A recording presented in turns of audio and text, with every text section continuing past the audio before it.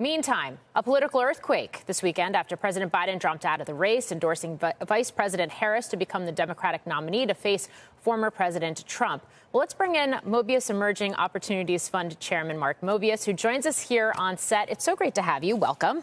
Thank you. So given the fact that we do seem to be in election season, we are seeing the volatility associated with it begin to permeate the markets. What does U.S. policy crafted around economic populism, which we could argue how much of it exists with future candidates, but is still there in the market for the last couple of years. What does this mean for emerging markets, international markets, for investing in them? Currently, it's total confusion because of the changes that have taken place with Harris now coming into the picture. Before this, with the good possibility of Trump winning, people overseas were getting ready for trade restrictions, but some of them would benefit from this kind of situation. Now, with this confusion on the election out there, they're very confused. So it remains to be seen what happens going forward. But generally speaking, these markets are beginning to take a life of their own. For example, if you look at India, it's going from strength to strength. It's outperforming the U.S. market. And now, if you look at the emerging markets index, finally, it's beginning to move up. And the reason for that is China. China is beginning to perform.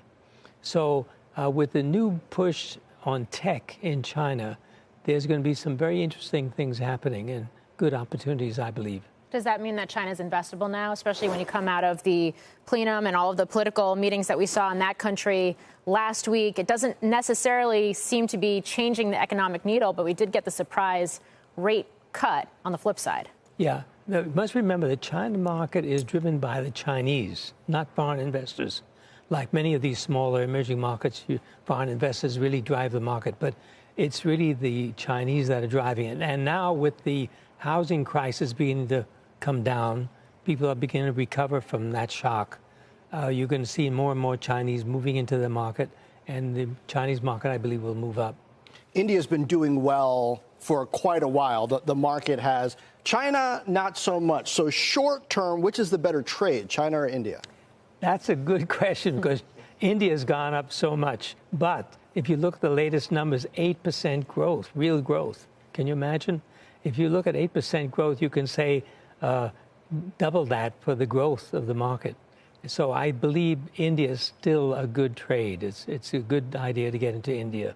And I keep talking about the demographics, right? If you look over the next 10 to 20 years in India, give me your thesis on beyond that. So longer term, 5 years plus, why is India an attractive, particularly attractive emerging market for people to invest in? You must remember, India is where China was 10 years ago.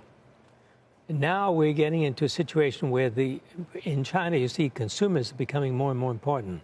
They're richer. India is now embarking on that.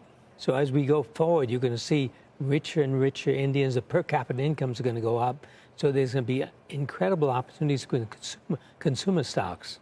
So in addition to the tech stocks, the software stocks like Infosys, you're going to see companies like Reliance doing very, very well because they're in telecoms, they're in consumer, in addition to petrochemicals. So I believe that it's going to be an incredible ride we're going to see for India going for the next 10 years or more. We talk so much about volatility in the equity markets, but we've seen it in the currency markets as well. How much does the dollar dominance, dollar strength, how much does it impact this entire narrative? It has an incredible impact, and people are always watching the U.S. dollar. And anybody who wants safety overseas, they come to the U.S. for dollar exposure. But at the end of the day, the Chinese and Indian markets are driven, again, by domestic consumers, and they have local currency to spend. So they're not really looking at the dollar in that sense. The ultra-rich, of course, are doing that, but the normal investor will not be looking at the dollar. Europe's been perking up lately, but there's a lot of uncertainty there, certainly with Ukraine and then with U.S. politics and what happens with NATO. Can you take a flyer on Europe based on how lackluster it had been for quite a while? I would not favor Europe over, except one exception, Turkey. Now, okay. Talk Turkey with us. Yeah, you look at Turkey and say, God, 80% devaluation of the Turkish lira. Should I go there? Yes, you should go there because some companies are doing very well with a weak lira. They're exporting, they're producing dollars in their businesses, and of course they're paying in Turkish lira. So Turkey, I would say, would be the exception. But the rest of Europe, not so interesting.